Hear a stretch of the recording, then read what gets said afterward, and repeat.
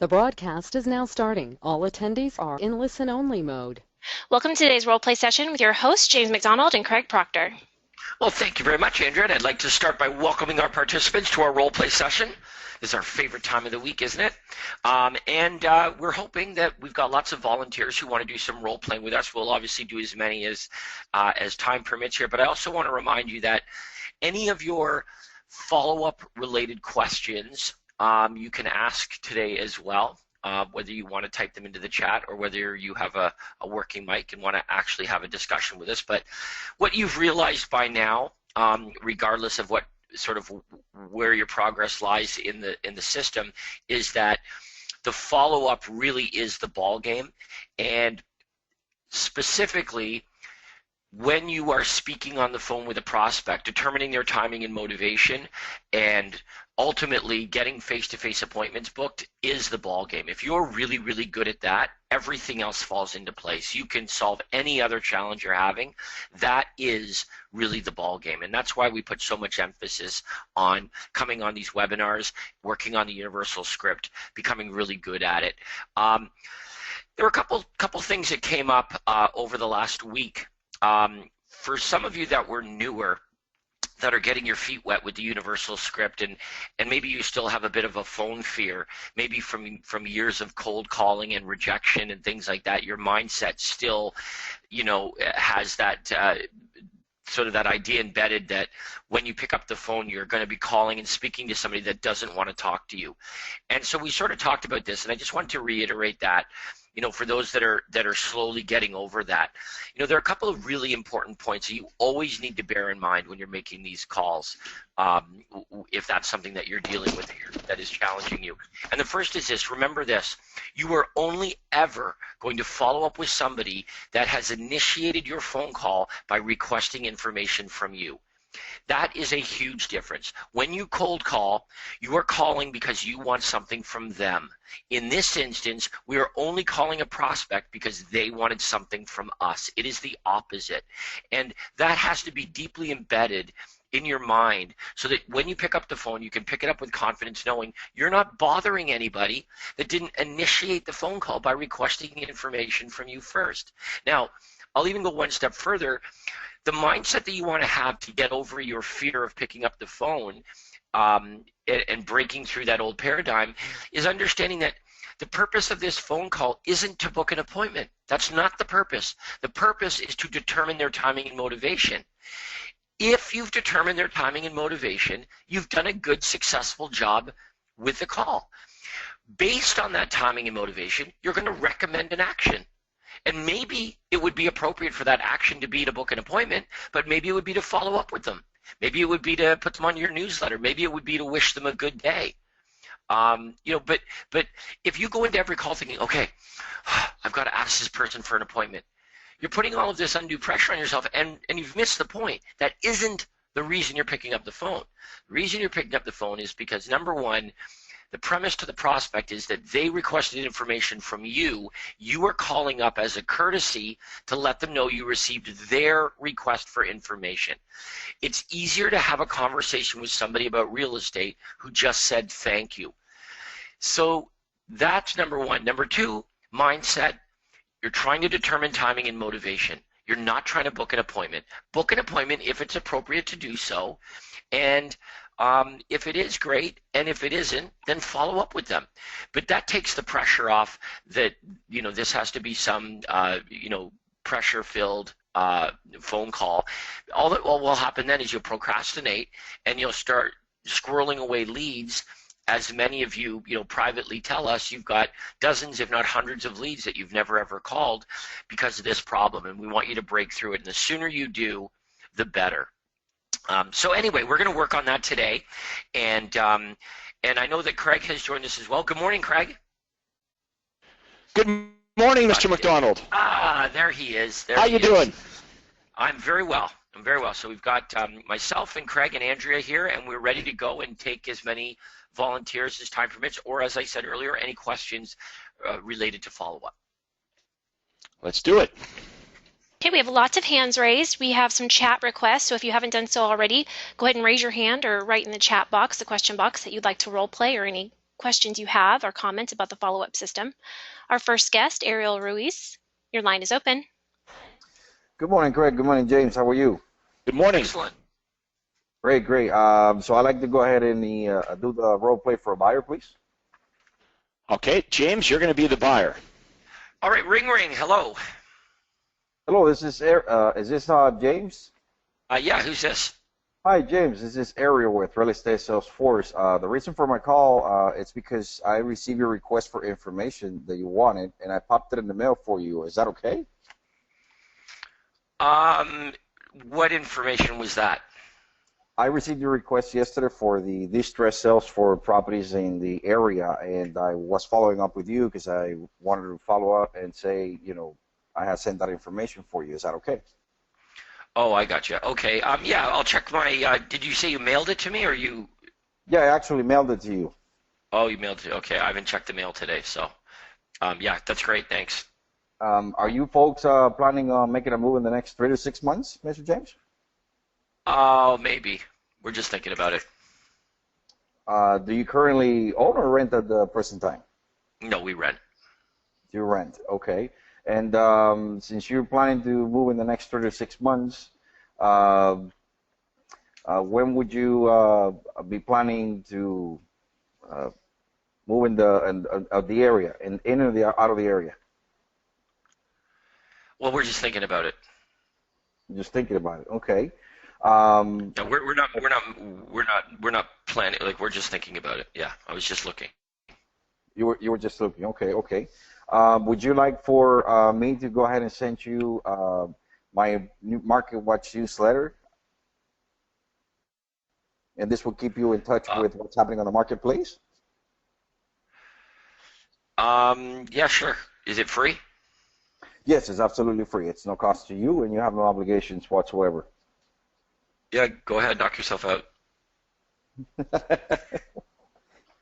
Do you have a realtor when the time is right to be able to do your search? No. No, we don't know any realtors.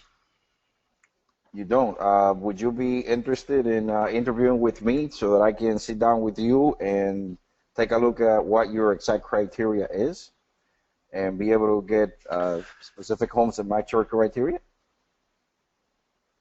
Yeah, maybe down the road a little bit. Yeah, in a few months we'll be ready.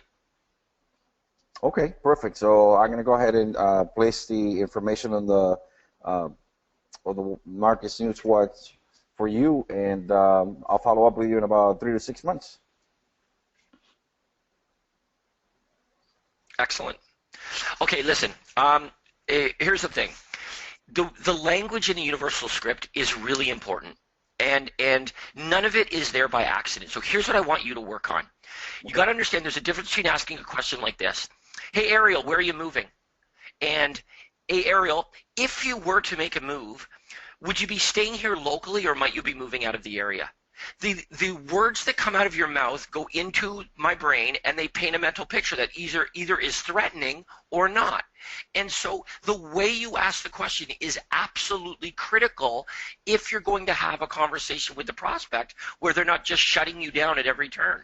So I really want you to work on that. Okay, 2 things you need to work on. 1, in the introduction, be very concise and clear about who you are, why you're calling.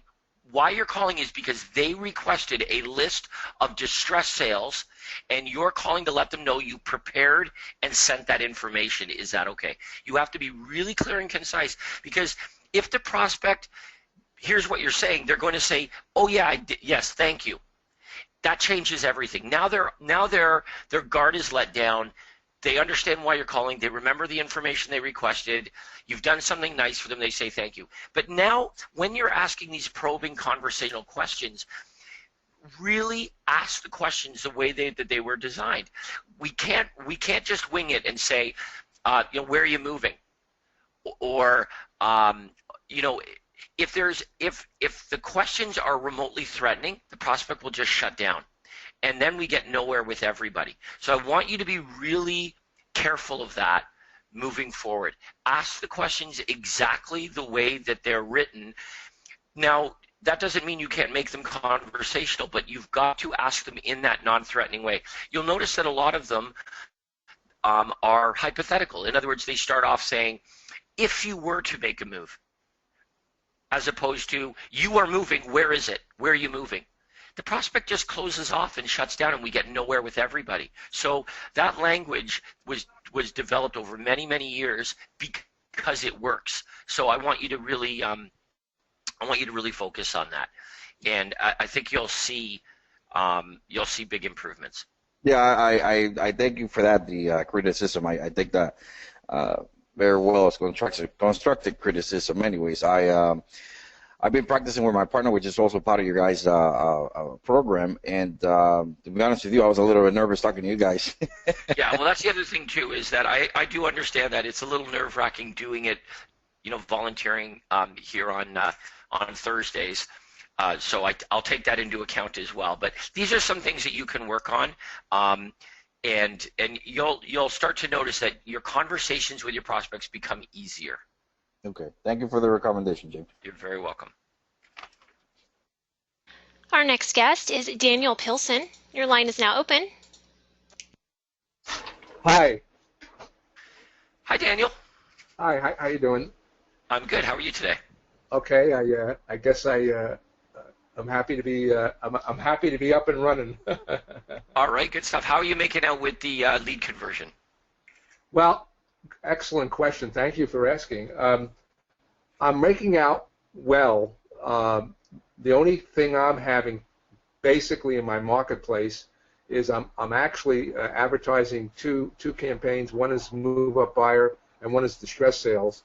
And no one seems to, even though I put a minimum of 400K and 750K for move up, I'm getting, unfortunately, a lot of my buyers are not qualified. They just don't meet the threshold to make the minimum.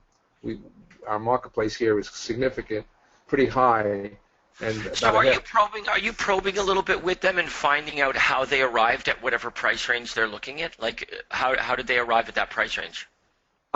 Many of them are just this is my first contact, so they really haven't been looking. They're just considering considering down the road to basically buy something, but they haven't really even thought about too much about what they need and what they can afford. So because that's one thing is that we can't make the assumption, oh, they're looking for something in a price range that doesn't exist, or they're too, if they've not taken the steps to get pre-qualified, then they're just guessing anyway. It really doesn't mean anything. If you really wanted to know, then when they're a little closer to doing something, you would get them in touch with your trusted mortgage affiliate and get them pre-qualified. And then we would know. And a lot of times, a lot of those prospects that you think are unrealistic or are looking in a lower price point might in fact be more serious bona fide buyers.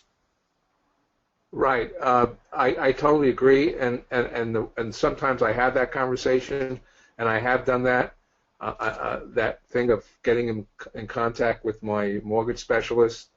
And unfortunately, they just, unfortunately, they weren't qualified. So I'm getting a reasonable amount of leads, not able to get them at all on the phone, even though I do really religious follow-up, because sometimes they won't answer their phone when it's a cell phone. And I'm not on their contact. But barring even that, I'm hoping that I'm getting a little smoother. But I'm hoping that in the future I'll have more qualified prospects, some who will actually have the wherewithal.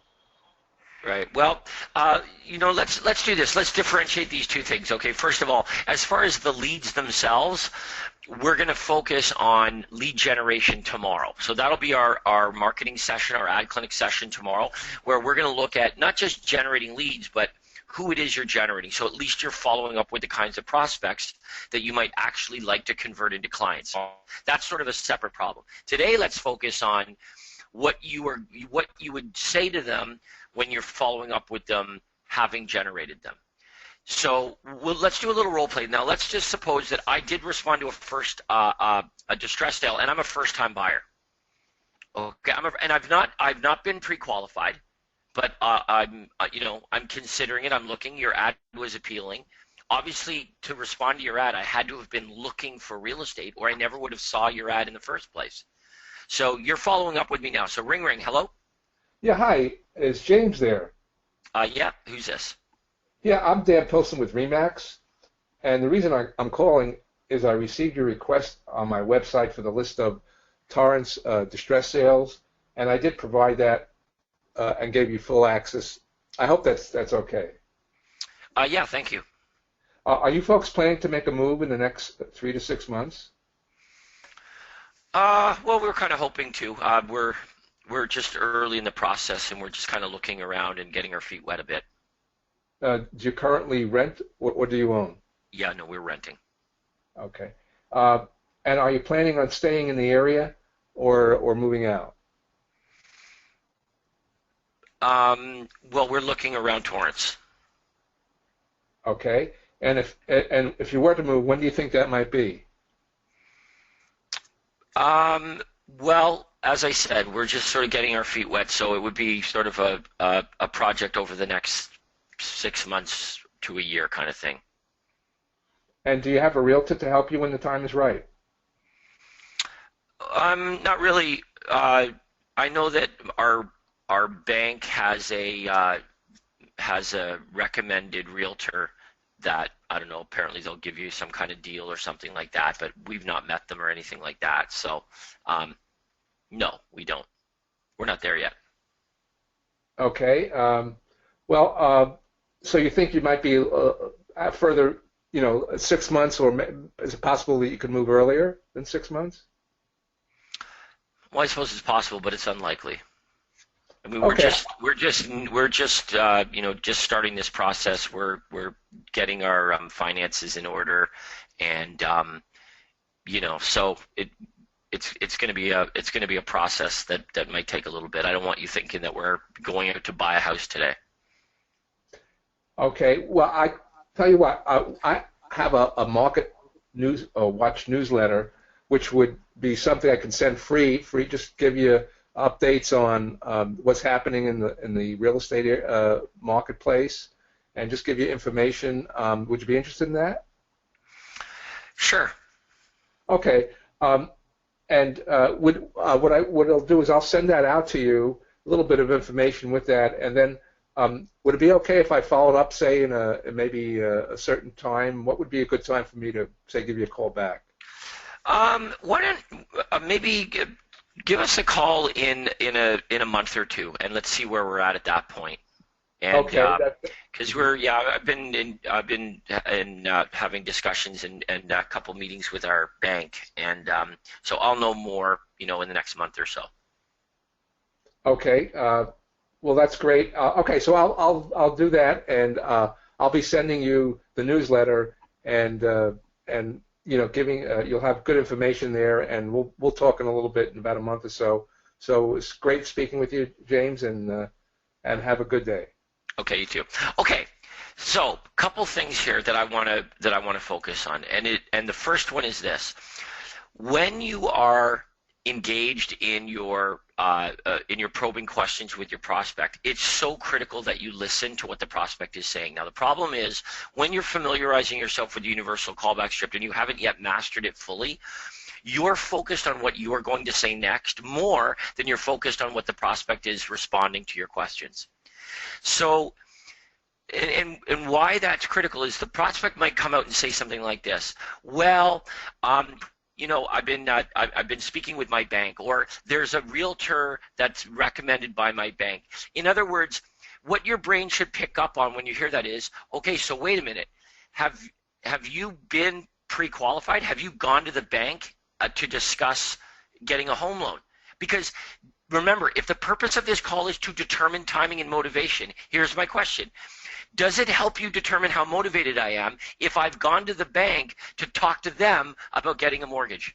Does that speak to my level of motivation? Yes. Yeah. Big time. Okay, but so you got to listen to those little things, and now you can probe. As soon as you hear that, immediately you're like, whoa, okay, so hang on a second. This person is obviously talking to their bank. It would beg the question, have you been pre-qualified for a mortgage, or is that something that you've been working on? But if you don't ask the question, you don't know. And it would speak to my motivation. Okay, now, here's another thing that I want to recommend.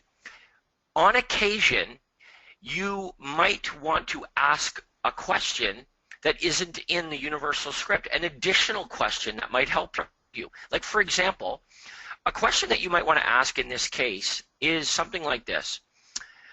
You know, James, I noticed that you responded to my ad looking for homes for sale. You're obviously searching for homes for sale. How long or how else have you been looking for properties? Have you been going out to open houses or anything like that? Here's what you want to find out. Remember, the purpose is to find out how motivated I am. What if I said this? Oh yeah, for the last few weeks, my wife and I, we've been going out on weekends to open houses. Once in a while we'll call off a sign if we see a property that we think looks good. Does that speak to my motivation? If I said this, almost every day now I'm going on to Realtor.com and I'm really up to date on all of the property listings. Does that speak to my level of motivation? Here's why this is also important, is your buyer contract is for 6 months or 12 months. So if I'm in the process of looking for a property, if I'm actually doing things to look for, even if I don't intend on buying one or I can't buy one for months and months, if I'm actively looking for property, here's my question. Could you help me do it better than what I'm doing right now? And the answer is you absolutely could. So this is what we're probing to try to figure out, is if I'm actively looking for properties, if I'm going to open houses, if I'm looking online, combing the internet, looking at properties, if I'm spending my time doing that, well, you've got a better way. You can swoop in and say, look, I know you're not in a position where you're going to be buying something, over the next month or so. It might be down the road, but you are looking.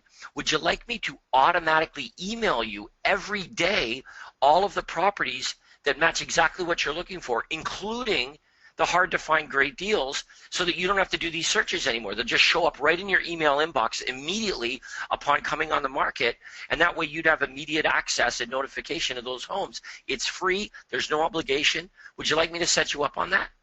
But you're asking that because the prospect has already told you, yeah, like I'm doing this now. Doesn't that make sense? Yeah. Okay, so the point is, number one, we've got to, once in a while, when the prospect is answering our question and they give us a little bit of information, it kind of begs a little probing.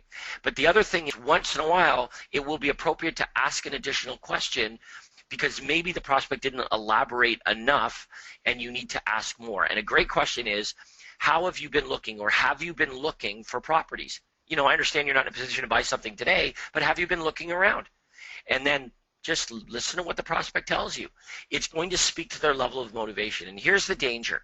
If they say that they go out to open houses and you say, I'll call you back in a month, when you call them back in a month, it is highly likely that they will have met another agent, and they might be very happy with that agent. And now you're going to try to take them away from an agent that they're really happy with. I'm not saying it's impossible, but you've just made it really difficult when it didn't need to be. You could have been that agent, right? So just consider those things. That was very, very well done, though. And, I obviously we're nitpicking here, and that's the whole point, is to be to look at the little details to help you improve. Well, that's great, James. The other point, which is great, I totally, see that, have a, good view of what you just said. The other point is, let's just, if I had, so let's assume at this point that I've called, it's a month later, would I basically go back to the whole redo or revisit the only change is in the introduction. You'd say, we had spoken a month ago. You'd requested access to properties on my website, and I've given you full access and set you up on my Market Watch newsletter. Are you still planning on making a move, or are you still considering making a move in the next 6 months or so? Listen, all you're doing is reiterating a little bit your conversation so that they know that they don't need to be guarded with you. They've already shared information with you. That's I the see. point. And I would call that prospect back in 3 weeks. Okay. I wouldn't give it that long. Okay. Thank you. Very, very well done. Thank you. Our next guest is John Bothwell. Your line is open. Hello, James. Hello, John. Hello, James. Can you hear me? Would you like to Hello? role play with Mr. Proctor? I can. will role Craig, are play you there? with. I will role Hello. play with whomever. Hello. Okay, let's do it. Do you want me to be a buyer or a seller prospect? I would like you to be a buyer, and just know that I'm in Florida, and most of my buyers come from out of state. Okay, then I'm going to be an out-of-state buyer looking to buy a home in Florida. How's that? Fantastic. And by the way, have you been pre-approved? Well, hang on. You haven't called me yet. We got to do this I'm just- properly. I'm just having fun with you. Okay. Okay. Ring, ring. Hello. Hello, Craig. This is John Bothwell from Caldwell Banker Residential. Have I caught you at a good time? Actually, this is Craig's wife. You do have a deep voice. Is Craig available? A lot of people say that. No, Craig is he's at work right now. How can I help you? Well, Craig had asked for some information in reference to homes with pools in Punta Gorda, Florida, and I'm following up on that. And I was just checking to see if he had received the information I sent him.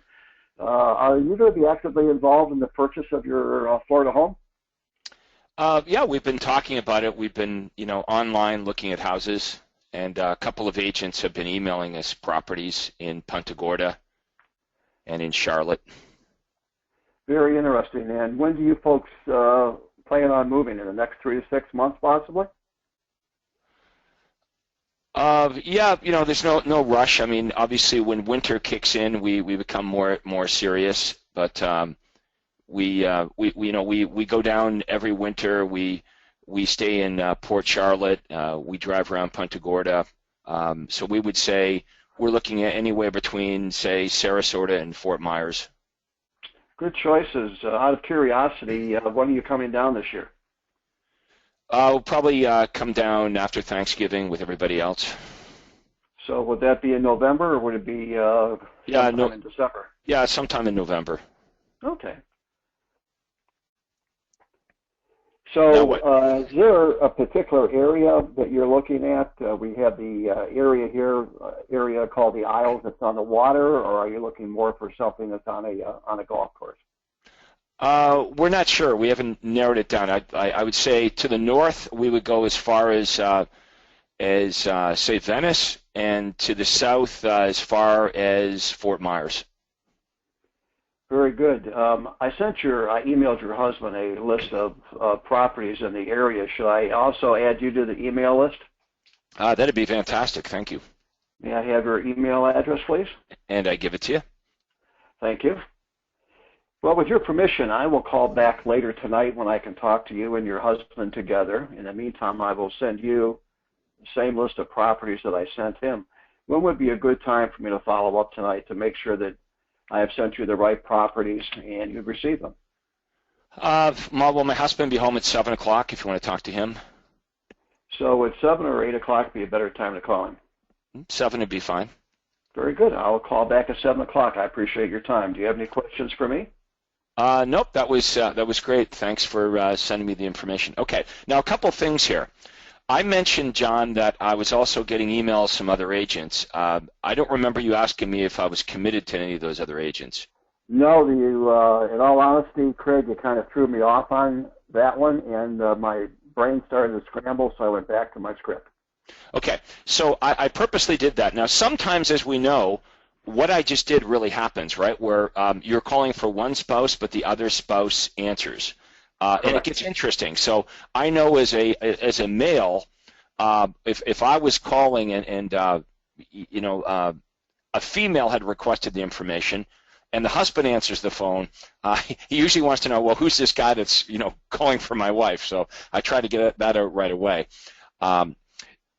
Sometimes it's actually better if the other spouse, the spouse that didn't request the information, actually answers, because you'll get more out of the spouse and sometimes not. So let me explain both of those scenarios.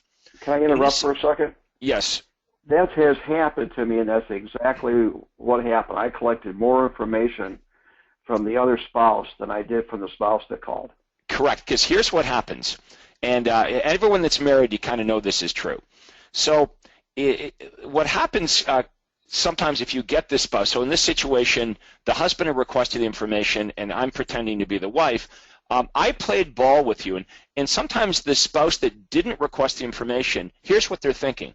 Well, gee, I knew that we were talking about buying a place in Florida, but I didn't know my husband had actually contacted an agent. So I guess he did, because I have this John guy calling me back, so I guess it's game on. I guess we're going to do this, right? Sometimes you get that response. Sometimes they actually will not play ball with you. You probably had this happen before, where you ask for the husband and the wife will say, well, like, I don't know anything about this, and you really would need to, John, you'd really need to speak to my husband. So sometimes they'll shut you down. They say, well, if my husband requested this or my wife requested this, you really need to speak to them. At that point, I'll say, okay, fantastic. How can I reach them? Makes sense, right? If they say, well, you need to speak to my spouse, Sure. You say, okay, what would be the best numbers to reach them at? And what you're really looking for is a cell number or a work number. So I specifically asked for that. I have your home number here, but could you give me your husband's cell number and his work number so I can reach him? In other words, don't tell me I got to speak to your husband and then not give me the information to be able to do so. Yeah, great idea. Great idea. Okay. So I found that it is quite productive sometimes actually not speaking to the spouse that made the request. You get a lot more information from the other spouse because they figure, okay, I guess we're doing this. I guess my spouse has contacted a realtor. Now, as far as the problem that you have, which is you're selling quite often a second home. Correct. There's somebody that's up north. If I was coming into Florida over the next couple of weeks, you're just going to book the buyer appointment at your office in Punta Gorda, just like you normally would if I was somebody that lived in the area. Correct. But in this case, it doesn't sound like I may be doing anything until Thanksgiving. So the appropriate action would be just to follow up with me. Now, when you get really good at this, you actually could call back tonight at 7 o'clock when husband and wife are there. You could do a webinar just like we're doing now, but you could be showing them the PowerPoint slides and the VIP buyer presentation, and then just email them the buyer agency agreement. Now, I'm glad you mentioned that, because that's been a question in the back of my mind if I couldn't exactly do that. Well, look, we're creatures of habit, so we're used to only getting things signed when we're face-to-face with each other. But as we know, somebody could buy a home without actually physically being present. So if I was, let's say that I was down in Punta Gorda last week and I looked at a bunch of properties and I called you today and said, hey, John, house number 5 that you showed us, my wife and I want to buy it. Could you email me the offer and I can sign off? You could do that. So we do things long distance. We do that every single day. We use something called Drop Loop. Yeah, and all absolutely. The forms are sent out. Yeah. I have a house in Sarasota. That's why I know your area so well. So that's how I bought it. Yeah. Have you ever thought about upgrading your residency? Yes, I like that. Now, actually, John, do you know that I bought my boat in Punta Gorda? You're kidding me. No, I bought it. World. Yeah, I bought it used. My boat still says Punta Gorda on the back of it because I'm too lazy to change it. That's bad luck to change it anyhow. That's true. So look, thanks for the role play here. I hope this was useful, but you got the right idea. When you get really confident with this buyer presentation, a lot of our resort area realtors become really good at doing the buyer presentation right over the phone like we're doing now, like doing it with a webinar. And what's the worst thing that could happen? Okay, so they say, no, I don't want to sign it. Well, you're no worse off than you are now. But if you could get lots of buyers up north, you see, this is the time to do it, right? Like here's how it works in Florida. nobody's in Florida right now from up north. They're all up north, but they're all thinking about in the next couple months, they're all going to start heading down there, which is a blessing and a curse, as you know, when you live there. If financially it's great, but the roads are a nightmare, restaurants are a nightmare, and you can't wait till the end of May when all the snowbirds go home. But anyway, I would be using this marketing to target people up north.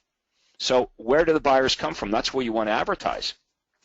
So if you found out that you're getting a lot of buyers from Minnesota or Michigan or Massachusetts or from Canada, that's where you want to be running your ads. And you want to be offering lists of homes in Port Charlotte or Punta Gorda, wherever you work, and get as many of these buyers signed to a buyer agency agreement. So when they come back in October and November, you've got lots of them to work with that you know are committed to actually paying you for your efforts. Well, thanks, Craig. I really appreciate the input, and your knowledge of the area certainly helped the call. Thank you. Yeah, great. Thank you for being part of the program. And let's actually we'll take a couple of questions here, a couple of chats, and then we'll take some more volunteers. See, we've got lots of volunteers. Okay. Well, the first one, Michelle was saying she was having technical difficulties. It's way better if you guys call in on a computer mic versus a telephone. I don't know what kind of change that GoToWebinar made, but they did something and the telephone doesn't seem to work as well anymore. They did a so-called upgrade, which means they put in VoIP lines and the telephone doesn't work as well. Okay, here's a question from Susie. Susie says, what do you suggest when a prospect rejects the buyer agreement? Well, Susie, you have two choices here. You can continue as is, and you can continue to spend time and send emails. So in John's case, he's not actually showing the buyer up north houses before they get down to Florida. He'd just be emailing them properties. But I guess each one of you are going to have to decide how much work or time you want to put into a buyer that's pretty much telling you, hey, just so you know, I'm not going to be loyal to you. Really what we're trying to sell the buyer is free. Like, it should be easy to get buyer agency agreements signed. A listing agreement, which we're all used to, we have no problem getting our heads around that, that should be the difficult part, right? James, if I come over to your house tonight, I got to convince you to pay me $30,000 in exchange for selling your home. So that should be harder than saying, hey, James, would it be okay if I sent you every day information on really good properties and run you around and show you properties, and when we find one that you like, negotiate that offer in your best interest? By the way, it's free. It doesn't cost anything, James, for me to run around and do all this stuff. Are you okay with that? Because the only thing that I would ask in return for all these free services is your loyalty. Now, personally, I would kind of have a problem with a buyer that says, well, I'll let you do all the free stuff. I'll let you email me every day all the properties and follow up on the phone and answer all my questions and present offers on my behalf. I like all that, but yeah, I really don't want to be loyal to you. Personally, I'd rather know that up front. It'd be like going to the altar with somebody that you know is going to cheat on you. Like, they're really just saying, look, I'm not committed to you, so like, don't marry me. I'm not really that committed to this relationship. The better you get at getting the buyers to commit to you in the form of a buyer agency agreement, your paradigm will change. You'll have less time for people that won't. Now, I'm not saying any of this happens overnight. Like, every one of you should at least try to get the buyers to sign a buyer agency agreement. If they say no, you can continue as is. You can continue to email them properties every day and run around and show them houses. You can still do that. But at the end of the day, if they're not loyal to you, well, at least, you can't really say I didn't know. Right? Don't be surprised. And this is an evolution. So many of you are just used to working with buyers the way it's always been done, right? Which is, you're a person that shows houses. That's what most realtors, that's their deal, is they send out information, and they call buyers and they run around and they show buyers homes that most often they don't buy, or at least they don't buy from you. You can certainly continue to do that. I just think, we should run our buyer side of the business exactly the way we run our seller side of the business. Okay, that's enough on that topic. Mark Halst is asking, what do I say when I call to confirm appointments that are scheduled? Well, Mark, I never do call anybody to confirm the appointment unless the only exception is if I couldn't book that appointment really close to now. There's no need. If you do a really good job at the end of the phone call, so Mark, if I'm on the phone with you and I'm booking an appointment, today's Thursday, I'm going to try to book that appointment for later today or Friday, tomorrow, or Saturday. We want to book the appointment as close to now as possible. Then no reminder is necessary. If they absolutely can't meet me for a week or so, I might shoot them an email or call them, but make sure the email or the phone call to them reiterates the benefit of meeting. So let's say that I go through the universal callback script with you, Mark, and we set up an appointment for tomorrow at 7 p.m. at your home. Before we hang up, I'm going to reiterate the benefit. So it'll sound something like this. And Mark, when we get together tomorrow at 7 o'clock, I'm going to have a look at your home.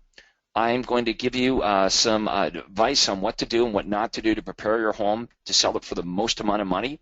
We can go through a net sheet to discover exactly what you're going to have left in your pocket after all costs. Of course, we'll do a detailed analysis of what your home is most likely to sell for. We could talk about timing and answer any of the other questions that you have. It's absolutely free of charge and never obligated to do anything. And Mark, if they're also a buyer, I would say, and when I'm at your home, we can also have a detailed discussion about exactly what you're looking for. So I can email you every day all the homes that perfectly match your criteria. And my list will include bank foreclosures, company-owned property, and distress sales. It's absolutely free of charge and never obligated to do anything. So looking forward to meeting you tomorrow, Mark, 7 p.m. at 123 Glenway Circle. Okay, take care. And if anything changes, give me a call. If I don't hear from you, I'll see you tomorrow at 7. That's how I wrap up a phone call.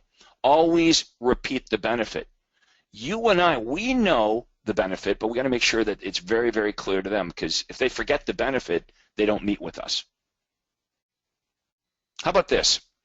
If the appointment was to, when you met with them, you were going to give them 5 $100 bills.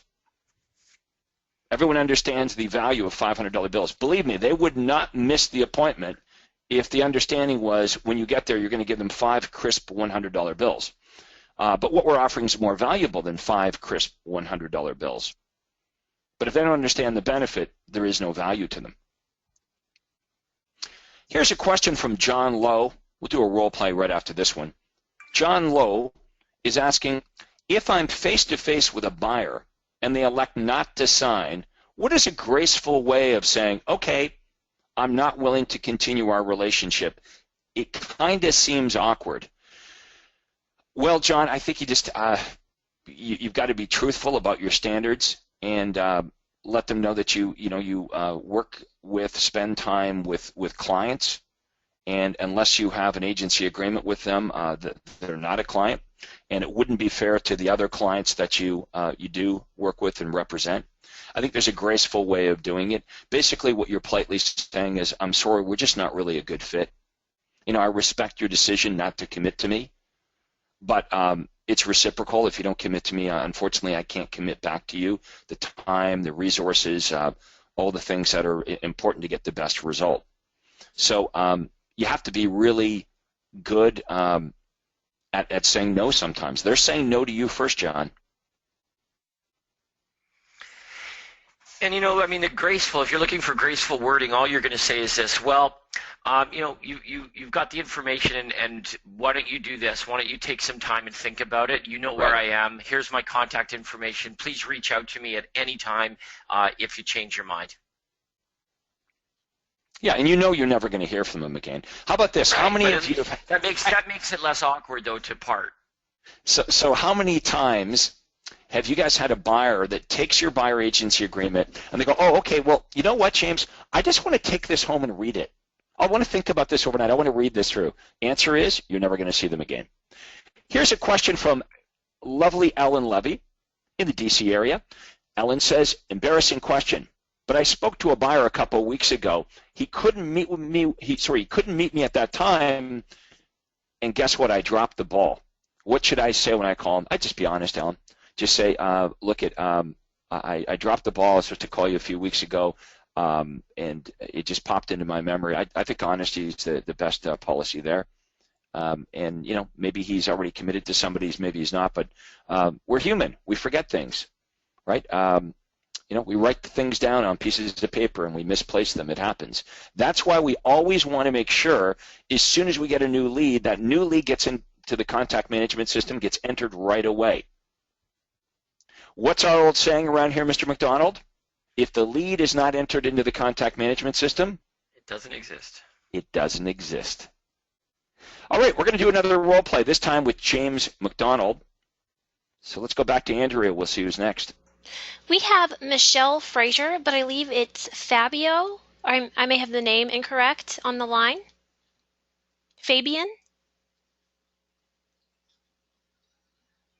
Okay, Michelle Frazier, are you there? I know you had requested in the chat that you would like to get on. Okay, I'm not hearing anything back. We'll have to please check your audio, and we can get back with you. We have Bruce Graves. Your line is open. Good morning. Good morning. How are you today? I'm fantastic. Thank you. Good. What would you like to do this morning, Bruce? I'd like to do a buyer's call. Okay. And what was I? What did I request, or what was I doing for you to respond? You requested a list of distressed sales. And where did I see that ad? On Facebook. On Facebook. Okay, good. Okay, so ring. Hello. Hello, is James McDonald there? Yeah, this is James. Hi, James. This is Bruce Graves at Keller Williams Realty in Palmdale. The reason why I'm calling is because I received your request for the information you wanted, and I'm going to send that to your email. Is that okay? Was that what information? Oh, you asked for information on distressed sales and foreclosures in the Antelope Valley? Yeah. Okay. Yeah. Okay, thank you. And then you're going to email that to me? Yeah, I'll go ahead and send that to your email. Are you folks planning on making a move in the next 3 to 6 months? We're thinking about it. We're thinking about it. Great. Do you currently rent or do you own your home? No, we own. Okay, great. Are you planning on staying in the area or moving out of the area? I know we're looking in Palmdale. We're just looking for something with a little bit more space, a little bit more land. Great. And do you have a realtor to help you when the time is right? Not really. We have a couple of realtors that have sent us some properties, but that's about it. All right, great. Well, would you like me to email you daily updates of homes that meet your particular home buying criteria from all the real estate companies? Our list includes any bank foreclosures, company-owned properties, or other distressed sales. It's a free service, and of course, you're never obligated to buy a home. Would that interest you? Yeah. Is it this? So this is the list. Yeah. I'll take a look at the list as soon as I get on my computer. Yeah. So the list I'm sending you is just kind of a snapshot, and but I can set you up with a daily update of homes that meet your custom search, and it would include, other properties, like properties that are not on the market yet, properties that are discounted, and would that interest you? Sure. Yeah. You can send me those too. Great. So when can we get together for about 20 minutes so I can take down exactly what you're looking for? Is mornings or afternoons better for you? Probably evenings, actually. or late afternoon, but I'll talk to my wife. I better probably do that first, and then I can do that with you. But it probably afternoons would be better. Probably afternoons. Okay. Well, Craig, you know that we're both real busy. So, how about we set a time for Thursday? Did you say Thursday afternoon? I have an opening at 3 or 5, and then if that doesn't work out with your wife, then you can give me a call. How's that sound? Okay. Yeah, I will. I'll talk to her, and 5 o'clock should be fine. But I'll if it isn't, I'll let you know. Okay, great. So remember that we're going to be going over a list of homes that meet your home buying criteria from all the real estate companies, and this is a specialized list that's going to give you great value. And so I look forward to meeting you, and we'll see you on. We'll see you actually today's Thursday, so we'll see you at 5 o'clock. Okay. Couple things here. So again, just as with our other role play, when you make the introduction, you really want to make sure the prospect knows what you're talking about. Remember, the idea is in the introduction, who are you and why are you calling? So the more specific you can be, the more likely it is the prospect says, yes, thank you. I do recall. When you say, I'm calling because you wanted information, it could be about anything. So you can be more specific. You'll probably find you'll get a better response from the prospect. Okay, number 2, it is absolutely critical when you're making me the offer, the buyer offer, that you emphasize that the difference between what you're proposing now and the list that you sent is that it's every day. And I listened very, very carefully to your offer. This is what I do.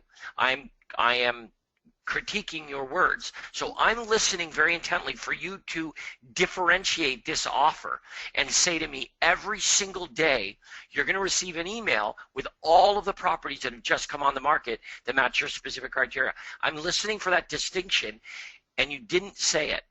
What you said was, would you like a list of homes? I'll include bank foreclosures, company-owned properties. In no way does that differentiate from the list that you've already sent. Now, I said, well, I'll just take a look at the list, but a lot of times the prospect would just decline, say, no, I'm good with the list that I have. And it's not because they don't want the offer, it's because they don't understand the offer. So be very careful of that. The offer that you're making to the prospect is so much better than the list that you've already emailed them. But they don't know that. You need to tell them that, and you need to tell them why. Okay, now, here's something else. I mentioned that we owned our home, and you should have probed a little bit on that. The question that I wanted to hear you ask was, would you prefer to look around and find your next home before you put your present home up for sale? Is that something you've considered? Because remember, if the more questions you ask, the more likely I am to elaborate on my intentions, which is helpful to you. So it isn't unlikely that you probably would have made the same offer that you did, but maybe I would have given some more insight, and that would have been helpful. So don't skip over some of the questions that might be relevant. Those are the things that I'd recommend. You did a very, very good job, and I'm just pointing out the few areas where you can make some improvements. All right, I appreciate it. Thank you. You're very welcome. Okay, our next raised hand comes from Mark Holst. Your telephone line is open. Hi, are you talking to me? If you're logged in as Mark Holst, yes. Yes. Okay, sorry. I thought so. I just didn't hear you say Mark Holst. Hi, it's Jackie Wetlaufer calling here. I wanted to do a buyer. Yep. Hi. Hi, this is Craig Proctor. Hi, Craig. I wanted to do a buyer offer. Okay. I'll be your buyer. Okay. What kind of buyer am I?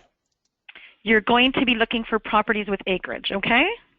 All right. So you're calling me, ring, ring, and I say hello. Hi, is Craig there? Speaking. This is Jackie calling from Royal LePage. And the reason I'm calling you is because I received your request for information for properties with acreage you wanted, and it popped in the mail to you. Is that okay? Yeah, you mailed it? No, I emailed it. I just want to confirm your email address. I have craigproctor@gmail.com. Is that correct? That's correct. Excellent. Now, how are you doing today, Craig? I'm kind of busy. Never asked that, by the way. Okay, sorry. Okay. Now, are you folks planning on making a move in the next 3 to 6 months? Yeah, that's the plan. Excellent. Now, are you currently renting, or do you own your own home? We own. Do you? We own. Okay. Yeah, we own. We're in a subdivision, and I hate people, so I want some land. Absolutely, I can help you with that. Now, do you need to sell first, or are you purchasing first? I think we want to purchase first because our market right now is very hot. I don't think we'll have any problem selling our home. Absolutely. In fact, it's so the market's so hot. I might even just try to sell it myself. If you can do it, you go right ahead. Are you planning on staying in the area, or are you planning on moving out of the area? I want to stay. I don't know. Tell me what area do I want to be in? What area to work in? We are in Aylmer, Ontario, so we are in like the London area. Okay. Kind of London, St. Thomas area. Yeah, somewhere in London. My daughter goes to Western, so we would like to be out that way. London, St. Thomas, somewhere in that area. Absolutely, but the outskirts, of course, because you said you wanted some property, right? Yeah, I want at least 2 acres. Okay. Now, are you looking for a hobby farm or any buildings on it? No, just a nice house on a lot. I don't want a busy street. I want trees and just some privacy. So you want a mature property then? Yeah, probably something that's 20 or 30 years old. Yep. Oh, I was talking about trees, but yep, absolutely. Now, how many bedrooms are you looking for, Craig? I don't know, 3 to 5 bedrooms. Do you have a lot of kids, or you just have a lot of guests coming over all the time? Well, I have 1 child at home, and who knows, I got 2 more that could come home at any time, so. Shut 5. The door. Don't let them in. That's why I'm going to move. I'm not going to forward my address. Absolutely. Now, if you were to move, when do you think that might be? We'd like to do something before the winter, something before December. So we've been actively looking around. We drove down to London a couple times, and we met an agent at an open house, and she's been emailing us properties and keeping in touch with us. Now, are you 100% committed to that agent, or? I don't know. She was really nice. Okay, so you're not committed, so you're open to dinner with someone. We haven't signed anything, but you seem nice as well. Oh, thank you. Now, would you be okay if I followed up with, sorry, I didn't mean to go there. Now, what I can do for you is we have this VIP program, and what it does is it sends you daily emails of all the homes that match what you're looking for. Don't mention the name of the program. That's something that we use internally. Like that doesn't mean anything to the. I would just. What is the benefit what do you think you want to do with me? So let's review where we are. Okay, I have actually driven. Okay, from Toronto to London. By the way, for everyone that doesn't know, that's a 2-hour drive, and I've been looking around at properties. That's a good sign, right? I have an agent that's sending me properties, but I haven't. I'm not 100% committed. Although I said that the agent's nice. Right. I want some land. I obviously like the area. I have a daughter that goes to Western, so I've got a reason to be in London. Okay, these are all good things. So what do you think you would like to do here in this situation? What's the appropriate action? I absolutely want to meet with you, right? Okay. Okay. Now, if you just said that, hey Craig, look, this is Jackie. I'd really like to meet with you so I can sign you to a contract because I need to make some money. That's not going to work. No, I wouldn't say that. No. I know. I'm exaggerating. So what's the benefit? What are you going to? We know what you want, which is the appointment and the commitment. But how are you going to get that meeting? Let me hear what you're going to say to me. Okay. So, Craig, you've been down to London area. You've looked at a couple of properties then already? Yep. Okay. I would like to meet with you because what we can do for you is I can start putting daily emails together. Stop there. You're talking now about the commitment before the benefit. Right? You're saying, I'd like to meet with you. Yeah, the commitment, you're saying, I'd like to meet with you because, and now you're going to start talking about the benefit. So you're doing it backwards. The cat is out of the bag now that whatever you're about to offer me requires a meeting with a real estate salesperson. So don't do it backwards. Talk about the benefit. The benefit is the list of difficult to find properties, of good deals. Start with that, and when I say yes, then and only then will you come back with, well, great, when can we get together so I can take down exactly what you're looking for? Okay, so kind of go back to exactly where we were before. Start with the benefit. The benefit is not meeting with you. Okay, I'm still confused. Sorry, Craig. Okay. So let me help you out. So what you want to say to me, okay, so I'm going to be you. I'd say, so Craig, you're looking in London. I understand you've got an agent that's been sending you properties, but I have a list of difficult to find properties representing some of the best deals in the London area. My list includes bank foreclosures, company-owned properties, distress sales, pre-MLS listings. These are homes that are not even on the MLS. Do you think you might be interested, it's free of charge, by the way, no obligation, do you think you might be interested in getting information on those kinds of properties as well? Now, if I say to you, well, gee, Jackie, that other agent, that nice lady in London, she's emailing me properties. Is your stuff going to be different than the information she's sending me? You would say, I'm not sure what the other agent's sending you.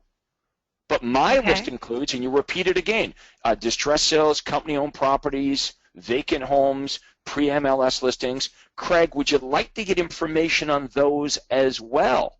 Now I'm thinking, well, I don't have to choose, right? Why limit myself? I still have that other lady in London, that other agent, she's emailing me properties, but Jackie, like her information sounds like kind of better than the other agent's listings. The biggest fear of the buyer is that I don't want to miss out on anything, so sure, yes, Jackie, I would love to have your list. Once I say yes, I want it, I basically opted in. Now you're free to come back with the commitment, which is the appointment. So let me hear, after I've said yes, I want your list, you pick it up. Okay, so you want my list, right? I do want your list. Okay, thanks, Craig. Now, all we need to do is meet for about 15 minutes to take down your wants and needs. When is the best time to do that? Days, evenings, or weekends? Okay, now here's the obvious question. Well, Jackie, why do we need to meet? Can't I just tell you what I'm looking for over the phone? I knew you were going to do that to me. This is real. This is exactly what they're going to say. I know. Now, I'm sure you have a great understanding. Sorry. Well, you're only going to have a problem with this if you're not well prepared. So let's understand. Everyone should be paying attention to this. This is the number one objection you're going to get. It makes sense if I'm a buyer, which is like, why the hell do I need to meet with you? We're on the phone now. I'll just tell you what I'm looking for. So you have to have an outstanding answer to that question. So let's hear it. Okay. I'm sure you have a great understanding of what you want. I want to get that same great understanding of what you want. So I want to sit down with you and take the proper time to get a firm understanding of what you are looking for. So I don't waste your time by sending you homes that don't match your criteria, or worse, have you miss out on that great deal. It only takes 10, 15 minutes, and then we're on our way to finding you your next great home. Okay. Not bad, but we can make it better. Okay. Let's start off with something really sincere. And by the way, you're talking too quickly, which makes it, when someone talks really quickly on the phone and they're a salesperson, I'm thinking they're following a script. So just slow it down, because you normally wouldn't talk that quickly, right? Here's how I would say it. I'd say, you know, Jackie, I really want to do a good job for you. If we can get together for about 15 or 20 minutes, I can take down in detail exactly what you're looking for, and that way I'd have the same great understanding that you have as to what you're looking for. And what that means is I wouldn't be emailing you dozens of homes that don't match what you're looking for, but most importantly, I wouldn't miss out on the perfect home. And by the way, everyone, that's the biggest fear the buyer has, is they're afraid they're going to miss out on something. That's why, Jackie, I'm willing to get this information from you as well as the other agent, because I'm terrified that I might miss out on something. Now, if I fight you on this, you could come back with a couple of examples. If I said something like, well, Jackie, I still don't see why, we can't just do this over the phone. Why don't you ask me the questions and I'll tell you what I'm looking. Okay, so you might say, well, look at buying a house. You might remind me, Craig, buying a house is kind of a big deal. I have whatever it is. How many fields are on your MLS in London? 72 fields. I'll just make it up. We have 72 fields. For example, Craig, would you be interested in a home that has aluminum wiring? Well, no, Jackie. Everyone knows those houses burn down. I don't want a house with aluminum wiring. Great. Well, that's something, that I would be asking you in this meeting. How about this? Would you be interested, Craig, in a home that's had formaldehyde insulation? Well, no, Jackie. That emits a gas that makes people sick. I would never be interested in a home that's had formaldehyde insulation. Would you be interested in a home that had an oil tank buried in the background? You know what I'm saying? You can shake their confidence, because you would, if I was to meet with you, sit down, and you would ask me all these questions. So you're not, in fact, sending me homes that I would not be interested in. Right. How about homes that back onto railroad tracks? No. Are you okay with homes that are a corner lot? Do you like busy streets? Right. You see, what we know is this. We know, as James McDonald famously says, every buyer eventually meets with a real estate agent unless they buy new construction or for sale by owner. So 98% of the buyers meet with an agent. Why not you? Why not meet with you? We also know the buyers are terrified of meeting with the salesperson, even though they know it's a good idea. I don't think that you requesting the meeting with the buyer is not a good idea for the buyer. It is a good idea for the buyer. So what you're suggesting here, this meeting with you, is not just a good idea for you. It's not just beneficial to you. It's actually beneficial to the buyer. So here we have a buyer that this week would take time off work to drive across town and get their teeth cleaned, but they won't come over and spend 15 minutes to meet with you about buying the biggest thing they buy in their whole life. So logically, it doesn't make sense. Right. So you're going to get better and better. Now, what I do like about you is your tonality and your enthusiasm. You got a very good phone. You got a very good phone voice. You're outgoing. You'll just need to internalize. So keep coming on these role plays. And I've tried, but you know what? We just figured out to use a phone instead of the mic because we don't have a mic. Okay, well, you got. So I finally figured it out today. So you got to get with 2016 and get yourself a computer mic. But look, thanks for volunteering. I hope this was helpful.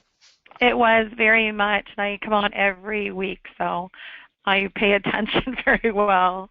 All right, Jackie, keep up the good work. Thank you so much, Craig. Thank you. Thank you.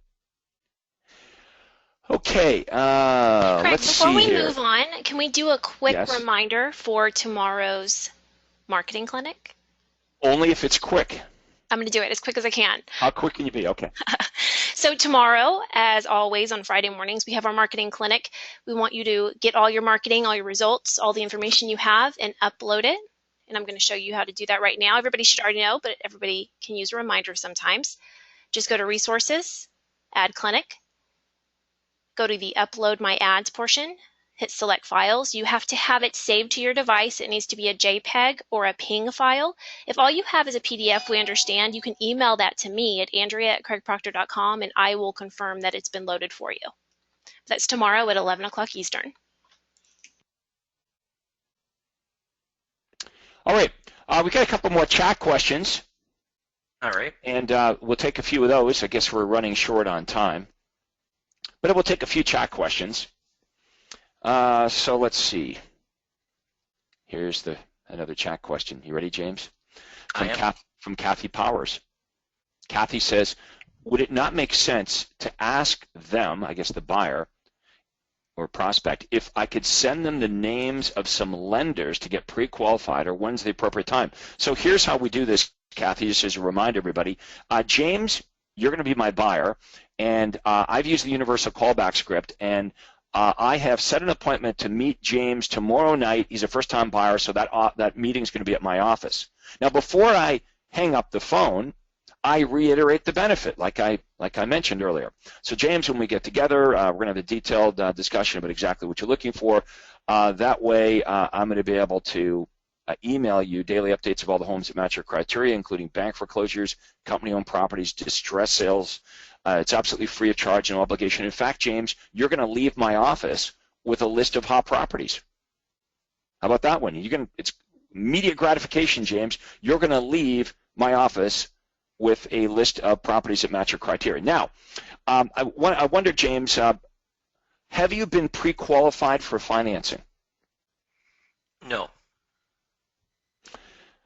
would it be okay if my lender, Bill, gave you a phone call tonight? Because he can get you pre-qualified absolutely free of charge for financing. And here's why it's important, James.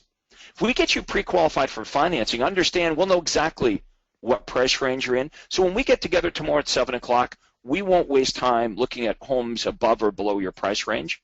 Also, my lender can get you access to the lowest interest rates and the lowest down payment home loans. And when you've been pre-qualified for financing, we can include those details in your offer to purchase, which means you are really negotiating from a stronger position. You carry a big stick when you're a pre-qualified buyer. So if you see a house you like and there's competing offers, it'll give you an advantage. Hopefully the seller will pick your offer, help you negotiate the lowest price possible. So if you're going to be home this evening, I'm going to hang up now. I'm going to call my lender, Bill, right away and have him give you a call. Like I said, about 15 minutes over the phone, and he'll be able to pre-qualify you. Does that sound good? Yep. Boom, I hang up with James. I call Bill. Hey, Bill, just talked to this guy, James. He lives with his parents in the basement. He says he works at IBM. He makes $80,000 a year, and says he's got a $30,000 down payment, and he's interested in buying a home. I'm supposed to meet with him tomorrow at 7 o'clock. Can you give him a call, find out if he's for real, ask him a few questions, see if we can qualify this guy for financing, and give me a call back. So Bill says, okay. Bill calls James, and then Bill calls me back and says, okay, either James is good to go, he lives with his girlfriend, combined family income of $150,000, good credit history, no problem at all, they qualify up to X amount, or Bill might call me back and say, look, probably not a good idea to meet James tomorrow because, while it is true that he lives in his parents' basement, he doesn't actually make what he said he made. He only works part-time, and he makes $40,000 a year, and he's got some credit problems, and he's got a lien on his car, and I'm going to put him on a 6-month plan, and hopefully we can fix his credit issues. At which point I can call James back and gracefully get out of the appointment. Hey, James, Craig Proctor here. Look, I just talked to my lender, Bill. Sounds like you've got some credit issues, and Bill's going to put you on a 6-month plan, see if we can work that out so we can get you in a position where you can buy. But for now, we should postpone our appointment to meet. I'll follow up with you if that's okay over the next few months, and we'll set a time when we can get your financing in place. So now I gracefully get out of the appointment. Why do we do it that way? Because doing what we're taught is dumb. Here's what we're taught to do as realtors. As soon as I get a buyer on the phone, so James, you're my buyer, a sign call or ag call, right away what we've been trained to do is ask some pretty hard questions. What do you call those questions, James? You have a word for it. Intrusive. I like that, intrusive. That's what we've been taught to do. So if James is an ad call, a sign call, in other words, he doesn't know me, the first interaction with most realtors goes like this. So James, what's your credit history like? Fine. What's your combined family income? Are you self-employed? Do you work for somebody? Like you wouldn't. Yeah, right. Okay. You wouldn't go to a party. You wouldn't go to a party and ask people that. Yeah. Could you imagine showing up at a social event and you meet somebody for the first time? Hey, James. So you're driving a pretty nice car there. What do you and your wife make? Get a mortgage on your house? Is it free and clear? How much money do you have in the bank? Like, it's just weird how we're taught to interact with strangers. So we don't do it that way. We use the universal callback script. We offer benefits first. Okay, we look at those offers for buyers and sellers. We offer the benefit. We get the appointment. Once we have the appointment set, now we can see if they've been pre-qualified for financing. And if not, I'm sure you all have a lender that would be happy to pick up the phone and call that buyer to check into their financing to see if this is a buyer we can actually help. And if not, you can gracefully get rid of the appointment. That's just the smart way to do it. All right, let's see what other questions we have. This is from Bob. Bob says, hey, Craig, instead of a newsletter, could we send out our Board of Realtor Statistics monthly data sheet? Yeah, you could do that. But you want to personalize it with a cover letter. I still like the newsletter, Bob. But what would be really good is send both your newsletter and statistics from the real estate board all included in one mailing in an envelope that's hand addressed with a real live stamp so it looks like a letter that they might receive from Aunt Lucy.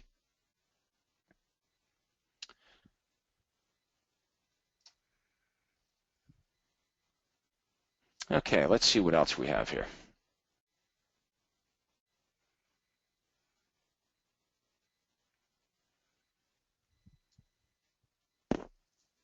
This is from Mike Boychuk.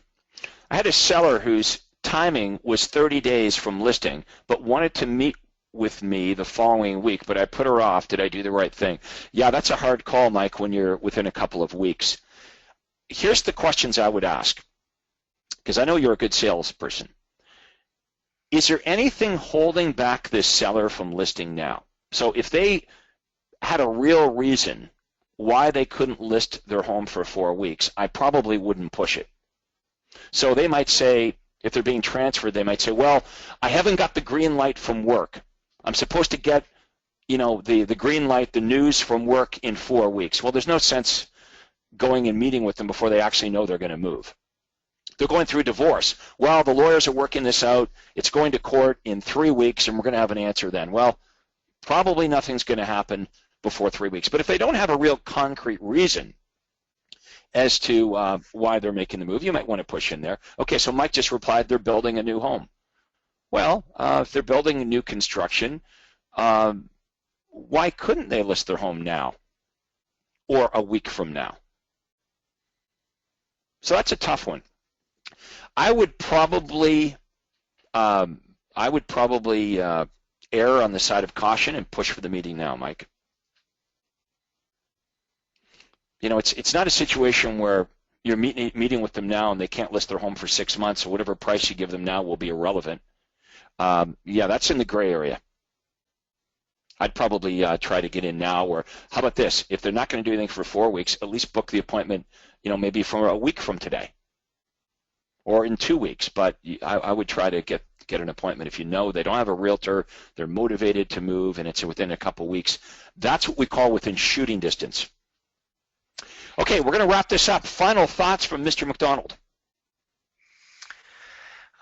Tomorrow is our ad clinic, as you well know. So our very first role play volunteer this morning was talking about the quality of prospects in terms of price point. So that's something that we'll talk about tomorrow, is that we can try to encourage, based on what information we're offering, the kind of prospect that we're looking to attract. But no matter how hard we try, if our prospects that we're trying to attract aren't looking where we're running our ads, we cannot hope to attract them. So that's something else we've got to look at. It's not just the message that's important. It's also the medium where we actually run the ad. So I'm glad that they brought that up, because that's something that we'll definitely address on tomorrow's ad clinic session. Yeah, so submit your ads. Andrea and I will pick the best of the best. James, you're going to be with us tomorrow as well, right? I will. What's a perfect trifecta? All three of us will be with you folks tomorrow. So submit your ads. We will critique them. We will praise those of you that are marketing geniuses, and we'll try to give helpful advice to everyone. But we praise all of you for sending your ads, and we do encourage that. And please mark that in your calendar tomorrow at 11 a.m. Eastern Time. That's 8 a.m. on the East Coast for the ad clinic. We're out of time for today, folks. Hope you enjoyed the role play. We'll talk to everybody in the morning. Take care.